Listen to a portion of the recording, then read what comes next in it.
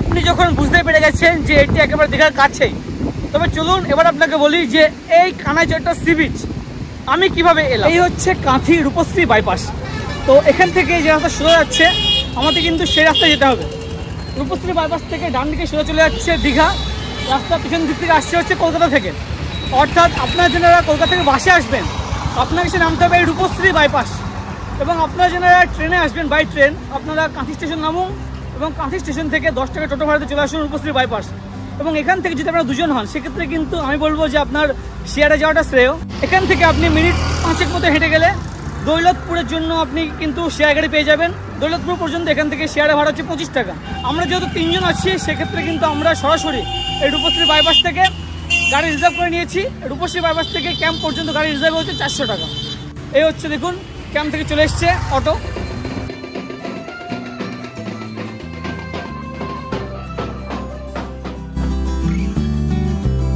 কাঁথি থেকে 14 কিলোমিটার আসার পর আমরা এসে পৌঁছে গেলাম দৌলতপুর।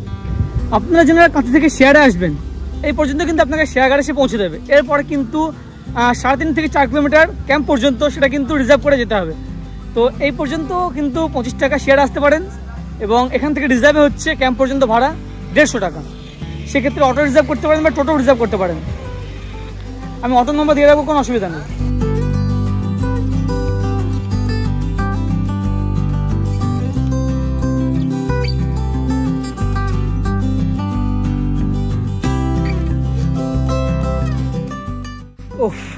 কাঁথি থেকে প্রায় 19 কিলোমিটার 1 ঘন্টায় আমরা এসে পৌঁছে গেলাম নেচারস্টে কানাইচট্টা বিচ ক্যাম্প। রাস্তা কিন্তু 19 কিলোমিটার প্রায় ভালো, শেষ যে 3 কিলোমিটার রাস্তা সেটা কিন্তু আরও বেশি রোমাঞ্চকর, আরও বেশি ভালো লাগলো। বিশেষ করে শেষ যে 2 কিলোমিটার মেঠো রাস্তা, এর যে প্রকৃতি না এটা আপনাকে উদ্বুদ্ধ করবে, আপনাকে মুগ্ধ করবে। চলুন এবার ক্যাম্পে প্রবেশ করি এবং ক্যাম্প চত্বরে কীভাবে সাজানো গোছানো সেটা আপনাকে নিশ্চয়ই দেখাবো। আপনি কাঁথি থেকে রিজার্ভে আসুন বা দৌলতপুর থেকে রিজার্ভে আসুন, অটো কিন্তু আপনাকে এসে পৌঁছে দেবে এই যে নেচারস্টে কানাইচট্টা বিচ ক্যাম্প তার একেবারে মেন গেটের সামনে। এবং এখানে কিন্তু ঢোকার মধ্যে রয়েছে দেখুন একটি বড় করে হেডিং করে লেখাও রয়েছে নেচারস্টে কানাইচট্টা বিচ ক্যাম্প, এবং নিচে নম্বরগুলো দেওয়া রয়েছে এবং এই পথে প্রবেশ। ক্যাম্পের গেট থেকে আসার সময় যে বালু রাস্তার না এটা কিন্তু দারুণ। এবং দেখুন ক্যাম্পে চারিদিকে করা আছে এরকম ফেন্সিং। ও ক্যাম্পে প্রবেশ করতে দেরি আছে, তা দাদার আতিথেয়তা করতে দেরি নেই। দাদা নিয়ে এসে হাজির ওয়েলকাম ড্রিঙ্কস। এ হচ্ছে বাতাসা শরবত। মেয়ের প্রথম সপ্তাহে এসে এটা হচ্ছে বেস্ট ওয়েলকাম ড্রিঙ্কস হিসেবে। এই যে ক্লান্তিটা ছিল না টোটালটা দূর হয়ে গেল।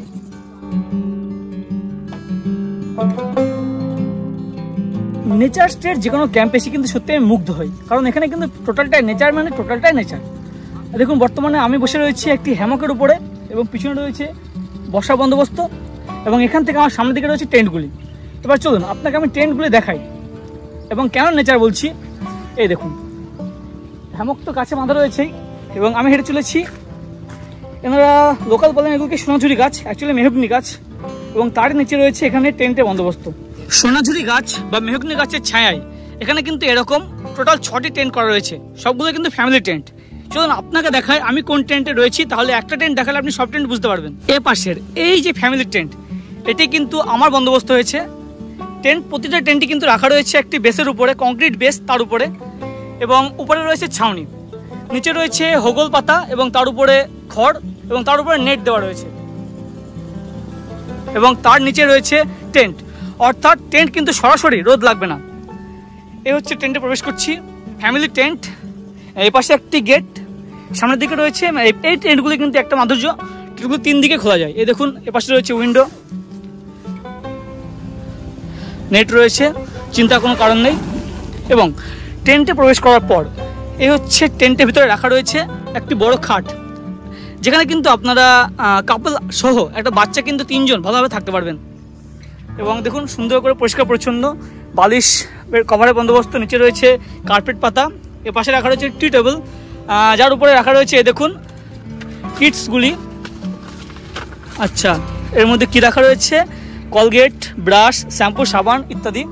এ পাশে একটি ফ্লাক্স, আয়না, জলের গ্লাস, এবং টেন্টের মধ্যে রাখা রয়েছে একটি বড় স্ট্যান্ড ফ্যান, উপরে রয়েছে লাইটের বন্দোবস্ত। এ পাশে রয়েছে টাওয়েল এবং চার্জিং প্লাগ, অলরেডি অল আউটটা দেওয়া রয়েছে। এবং টেন্টের ভিতরে রয়েছে এরকম ডাস্টবিন, এবার কিন্তু এখানে টয়লেটের বন্দোবস্ত রয়েছে, সেটা কিন্তু কমন টয়লেট। এই দেখুন সামনে এই হচ্ছে টয়লেটের আগে বড় শেডে আদলে করা রয়েছে এবং সামনে রয়েছে দুটি বেসিন, মিরর সহ রাখা রয়েছে টাওয়েল, সাবান টাবান রাখা রয়েছে। এবং এই যে টয়লেট, দুপাশে কিন্তু দুটো টয়লেট, একটি দেখা তাহলে বুঝতে পারবেন। এই দেখুন এই হচ্ছে ওয়েস্টার্ন স্টাইল, যথেষ্ট স্পেসিয়াস। এখানে রয়েছে শাওয়ার, আচ্ছা বালতি টালতি রাখা রয়েছে। ওপাশে টয়লেটটাও কিন্তু সেম একই রকম। এই নেচার স্টে কানাইচাট্টা বিচ ক্যাম্পে কিন্তু চেক ইন টাইম হচ্ছে বেলা 12টা। তো আমরা আস্তে আস্তে তো 12টা পরে বেজে গেছিলো এবং এসে এখন হচ্ছে লাঞ্চ টাইম। লাঞ্চ করার জন্য চলে এসেছি এখানকার যে ডাইনিং এরিয়া সেখানে। এটিও কিন্তু সেই নেচার, অর্থাৎ কি এ দেখুন পাশে যে বেড়া, হোগল পাতার বেড়া এবং উপরে হচ্ছে হোগল পাতার ছাউনি এবং তার উপরে এটাকে শেড করে রাখা রয়েছে একটি ত্রিপল মতো এবং তার নিচে রয়েছে একাধিক বসা বন্দোবস্ত। এ দেখুন যেটিও কিন্তু বাঁশের তৈরি এবং উপরে একটি স্লেট পাথর দেওয়া রয়েছে ডাইনিং টেবিলগুলোতে। বসে গেছি দুপুরে লাঞ্চ টেবিলে।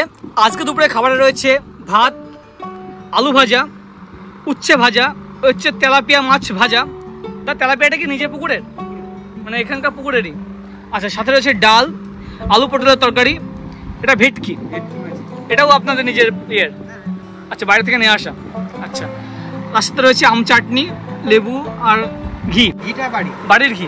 আচ্ছা আচ্ছা, খাবার দেখে কিন্তু জিভে জল আসছে, খুব সুন্দর রান্না হয়েছে মনে হচ্ছে দেখে। চলুন খাবারটা ঝাঁপিয়ে পড়ি, খেয়ে দেখি কেমন কি টেস্ট, তারপর জানাচ্ছি আপনাকে।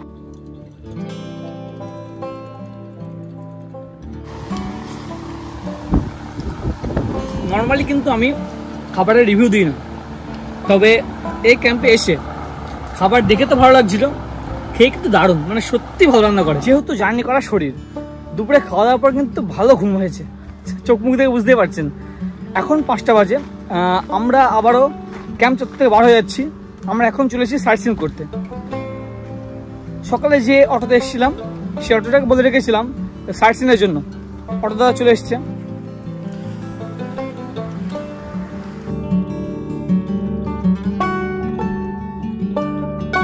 কানাইচট্টা সি বিচ থেকে আমরা এসে পৌঁছে গেলাম আমাদের আজকে প্রথম গন্তব্য দরিয়াপুর লাইট হাউস।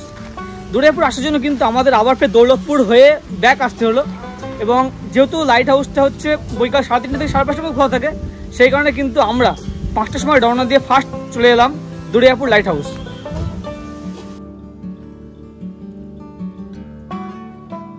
আচ্ছা, লাইট হাউসে প্রবেশ করার পরে এই হচ্ছে টিকিট প্রাইস। এখানে কিন্তু প্রবেশ করার জন্য টিকিট প্রাইস 10 টাকা। সিঁড়ি ভেঙে উপরে উঠে আসা কিন্তু অর্থী, মানে আপনি এখানে উপরে উঠে এসে আশেপাশ চত্বর উপর থেকে পাখির চোখে দেখবেন, দেখে কিন্তু আপনি মুগ্ধ হবেন। এবং বর্তমানে এই যে লাইট হাউস, এর উচ্চতা কিন্তু 30 মিটার, অর্থাৎ প্রায় 98 ফুট মতো। এবং এই লাইট হাউসের ভিজিবিলিটি যদি বলেন, এটা কিন্তু 19 সি মাইল, মানে সমুদ্র থেকে 19 সি মাইল দূর থেকে কিন্তু এই লাইট হাউসকে ভালোভাবে দেখা যায়। বৈকালের মুহূর্তে কিন্তু এখানে এখন ঢুকতে দেওয়া হয় 3:30 থেকে 5:30 পর্যন্ত। এবং বৈকালের টাইম এসে সূর্যের দারুণ রূপ আপনি কিন্তু দেখবেন এবং উপর থেকে যে ভিউটা না, দারুণ লাগবে আপনার। এই লাইট হাউসে কিন্তু আরেকটা রুলস, সেটা হচ্ছে কিনা আপনি যদি ক্যামেরা করতে চান বা ভিডিওগ্রাফি করতে চান, সেক্ষেত্রে কিন্তু লাইট হাউসের ভিতরে, অর্থাৎ শুরু থেকে উপর পর্যন্ত কিন্তু আপনাকে ক্যামেরা প্রহিবিটেড আছে বা ভিডিওগ্রাফি প্রহিবিটেড আছে। তবে একেবারে টপ পয়েন্টে গিয়ে আমি যেখানে ভিডিও করলাম, উপরের চত্বর আশেপাশ চত্বর আপনি কিন্তু ভিডিও করতে পারেন।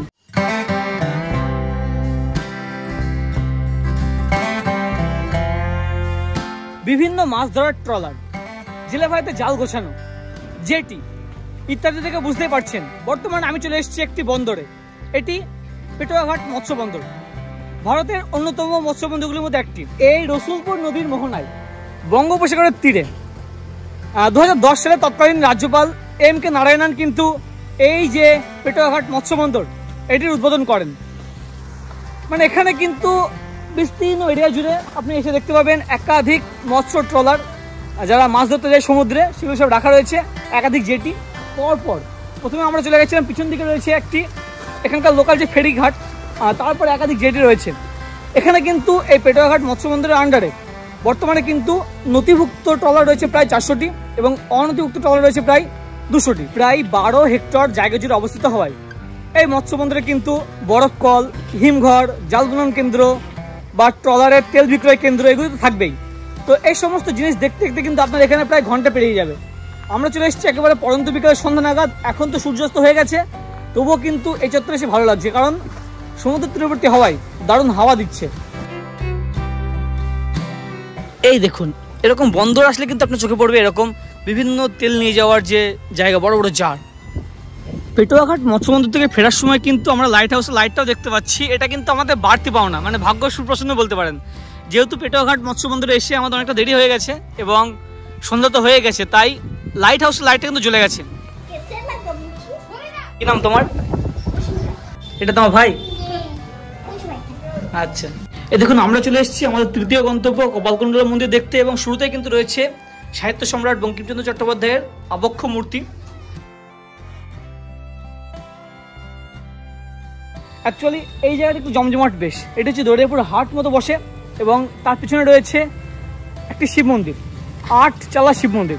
এবং কপালকুণ্ডলা যে মূল মন্দিরটি, সেটি কিন্তু এই শিব মন্দিরের পাশে যে রাস্তা চলে যাচ্ছে ইয়ের দিকে, গ্রামের দিকে, এখান থেকে মোটামুটি মিনিট 3 থেকে 4 আপনাকে হেঁটে যেতে হবে। আশেপাশে চত্বর সাইট সিন করে আমরা আবারও ফিরে এলাম ক্যাম্পে, এবং ক্যাম্পে এসে দেখছি ক্যাম্পে যে রূপ, সন্ধ্যার পরে রূপ কিন্তু অনবদ্য।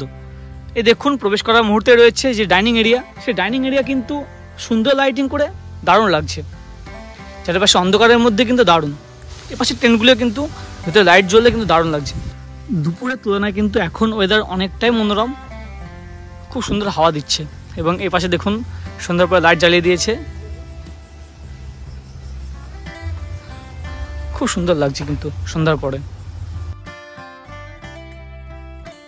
দেখলাম তো ইভিনিং স্ন্যাক্সে ছিল মুড়ি চানাচুর এবং পেঁয়াজি, সাথে চা। খাওয়ার পর আমি চলে এলাম আবারও টেন্টে, এবং টেন্টে লাইট জ্বালিয়ে দিয়েছি। লাইট জ্বালানোর পরে টেন্টে কিন্তু একটি অন্যরকম পরিবেশ। আপনি দেখেইছেন টেন্টগুলি হচ্ছে একটি ধাপ নিচে, এবং ধাপের উপরে কিন্তু এরকম ছোট ছোট গাছ লাগানো রয়েছে, তারই মাঝে করা রয়েছে এরকম বসার বন্দোবস্ত। এখন কিন্তু দারুণ হাওয়া দিচ্ছে, এবং এই মাচায় বসে বসে কিন্তু আপনারা সন্ধ্যাটা অতিবাহিত করতে পারেন। বিচ চত্বর তো ঘুরতে পারেন, তাছাড়া কিন্তু সন্ধ্যাটা এই মাচায় বসে, এই পুকুর পাড়ে বসে কিন্তু অতিবাহিত করতে পারেন। এখন রাত্রি 10টা, সন্ধ্যাটা কিন্তু ক্যাম্পটা তো দারুণ কাটলো, এবং এখন চলেছি ডিনার করতে। চলে এসেছি ডিনার করতে আবারও সেই ডাইনিং সেকশনে। দাদারা এসছেন নৈহাটি থেকে। কেমন লাগছে দাদা খাবার দাবার? বেশ ভালো দাদা, এখানকার অ্যাম্বিয়েন্স কেমন লাগছে? অ্যাম্বিয়েন্সই সব থেকে ভালো। এখানে একটু গরমটাও কম আছে, হাওয়াটাও রয়েছে, ঠান্ডা ঠান্ডাও লাগছে, ভালো খাবারটাও বেসিক্যালি একটা মানে হোম ফিলিং রয়েছে। আচ্ছা, মানে খাবারটার মধ্যে একটা মানে বাড়ির খাবার খাচ্ছি। আমরা তো সবসময় বাইরের খাবার খেতেই থাকি, মানে অন্য জায়গায় গেলেও বাইরে থেকে কিনে নিয়ে এলাম, কিন্তু এখানের মধ্যে একটা আতিথেয়তা ব্যাপারটাও খুব ভালো, একটা বাড়ির মতো ফিলিং পাচ্ছি। রাত্রে ভাত নিয়েছেন? রাতে ভাত নিয়েছি। সেক্ষেত্রে তো রুটির অপশন রয়েছে। ঠিক আছে, থ্যাংক ইউ। বুঝতে পেরেছেন, আমিও বসে গেছি ডিনার টেবিলে। আজকে রাত্রে আমি কিন্তু নিয়েছি ভাত, এবং সাথে রয়েছে পটল ভাজা।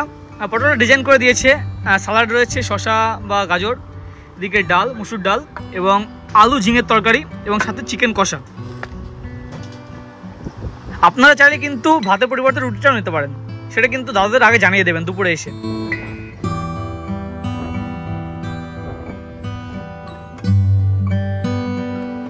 রাত্রি এখন 11টা, এবং আমরা কিন্তু ক্যাম্প থেকে চলে এলাম বিচ চত্বর।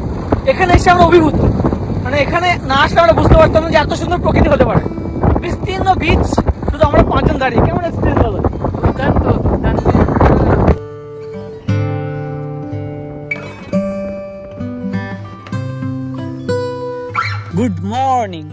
Good morning from Kanaichatta. রাত্রিবেলা জাঁকিয়ে ঘুমিয়েছি। এখন সময় 7টা, এবং এখন চলেছি ক্যাম্প থেকে বিচ চত্বর ঘুরতে।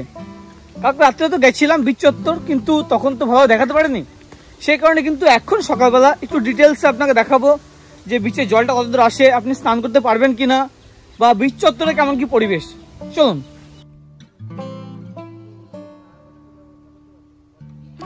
ক্যাম্পের প্রবেশদ্বার দিয়ে বার হওয়ার পরে বাম দিকে যে রাস্তা চলেছে, এই রাস্তা পথে আমাদের আগে যেতে হবে সামনের দিকে।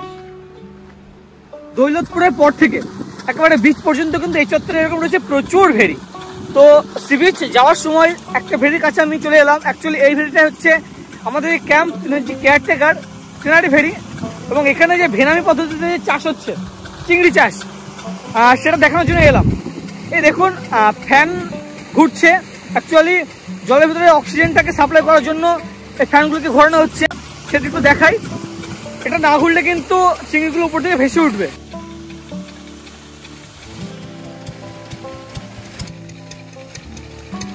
এই তো নেচার স্টে ক্যাম্প থেকে এই রাস্তা পথে হাফ মিনিট হেঁটে আসবেন, তারপরে এসে এই রাস্তা সোজা চলে যাচ্ছে এবং ডান দিকে যাচ্ছে।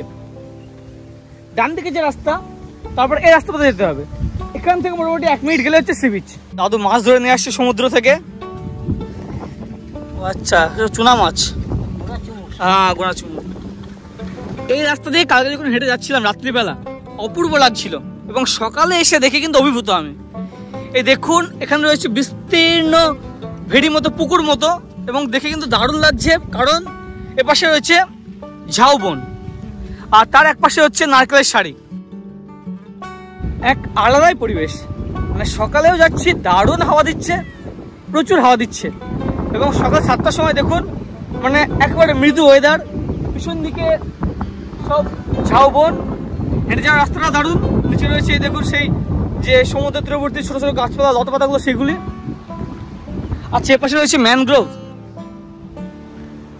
ক্যাম্প থেকে মাত্র 1.5 মিনিট, ম্যাক্সিমাম 2 মিনিটে আপনি চলে আসবেন এই সি বিচ। আচ্ছা, এখানে বিচের শুরুতে কিন্তু বসা বন্দোবস্ত রয়েছে কাঠের, এখানে আদলে ক্যাম্প থেকে করে রেখেছে। ওহ, নির্জন নিরিবিলি ভার্জিন সি বিচ। এই সি বিচের শুরুতে কিছুটা অংশ কিন্তু সাদা বালি,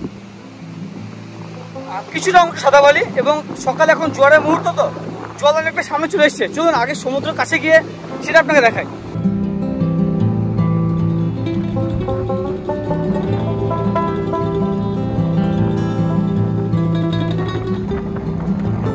সমুদ্র থেকে দেখতে পাচ্ছি একটি ছোট্ট খাঁড়ি মতো কিন্তু ভিতরের দিকে প্রবেশ করেছে জঙ্গলের মধ্য দিয়ে।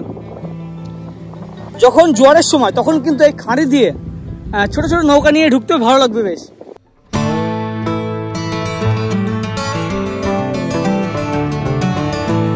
এখন সময় সকাল 7:30 এবং এখন কিন্তু এখানে জোয়ারের মুহূর্ত।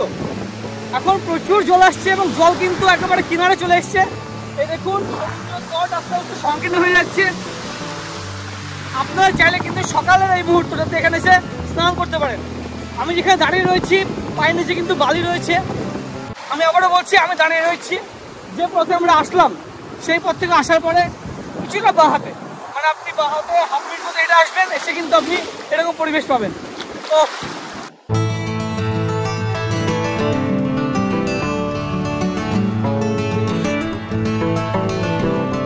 তো আমরা তো দেখাচ্ছিলাম কালকে 5 জন আছি, তার মধ্যে দাদারা এসছেন সোদপুর থেকে। কেমন লাগছে সমুদ্র সৈকত? দারুণ দারুণ, ভার্জিন বিচ, কেউ নেই, নিজের মতো আনন্দ করো, কেউ কিছু বলারও নেই, আর এখানে কোনো সমস্যাও নেই, ভিডিও বানা ফটো তোলা যা কিছু করো। কেমন লাগছে দাদা? খুব দারুণ লাগছে, 2 ঘন্টা ধরে আমি স্নান করেছি, এনজয় করেছি আজকে। আর ক্যাম্পের ওভারঅল যে এক্সপিরিয়েন্স, তোদের খাবার দাবার বা ক্যাম্পের কি পরিকাঠামো ভালো লেগেছে? খাওয়া দাওয়া, বাড়ির খাওয়া দাওয়া রকম আছে, ফ্যাসিলিটি ভালো আছে, সব ফ্যাসিলিটি খুব ভালো। সমুদ্র তীর থেকে ঘুরে এসে আমরা ফ্রেশ হয়ে নিলাম। যেহেতু 10টায় চেক আউট, তো এখন 9টা। এখন আমরা চলেছি আবারও সেই ডাইনিং এরিয়াতে ব্রেকফাস্ট করতে। গুড মর্নিং দাদা। বসে গেছি সকালে ব্রেকফাস্ট করতে। আজকে ব্রেকফাস্টে রয়েছে রুটি, ডিম সিদ্ধ, একটি সন্দেশ মিষ্টি এবং আলুর তরকারি। আপনারা যদি মনে করেন যে রুটির পরিবর্তে লুচি নেবেন, সেটাও পসিবল। কালকে রাত্রে আমাদের জিজ্ঞেস করেছিল যে কোনটা নেব, তো আমি রুটিটাই বলেছিলাম সকালবেলা। এখন সকাল 10টা এবং এখন হচ্ছে চেক আউট টাইম। তো এই কানাইচাটা সি বিচ কিন্তু উইকেন্ডে এসে আপনারা দারুণ কাটাবেন, আমাদের দারুণ লাগলো। তো এবার বলি যে এখানে ফুডিং লজিংয়ে কেমন কি খরচা। এই মে মাসে কিন্তু এখানে এখন বর্তমানে খরচ হচ্ছে ফুডিং লজিং মিলে 1200 টাকা পার হেড, এবং মে মাসে পরে সেটাকে দাঁড়াবে 1400। তার মধ্যে ফুডিংয়ের মধ্যে ইনক্লুডিং আপনারা আসার পর লাঞ্চ, ইভিনিং স্ন্যাক্স, রাত্রে ডিনার, সকালে ব্রেকফাস্ট এবং বেড দিতে রয়েছেই। এছাড়া আপনারা যদি বারবিকিউ করতে চান এক্সট্রা, সেক্ষেত্রে কিন্তু পার কেজিতে 600 টাকা এক্সট্রা চার্জ লাগে। আমি এদের সমস্ত বুকিং নম্বর ডিসক্রিপশনে দিয়ে দিচ্ছি এবং স্ক্রিনেও দিয়ে দিচ্ছি। আপনারা অবশ্যই আসুন এবং এই জায়গা, এই অফবিট জায়গাকে এক্সপ্লোর করুন। এই ভিডিওটা আপনাদের কেমন লাগলো অবশ্যই কমেন্ট করে জানান, সাথে দেখতে থাকুন এবং হ্যাঁ, চ্যানেলটি এখন সাবস্ক্রাইব না করলে অবশ্যই সাবস্ক্রাইব করুন। আজ এ পর্যন্তই, অনেক অনেক ধন্যবাদ।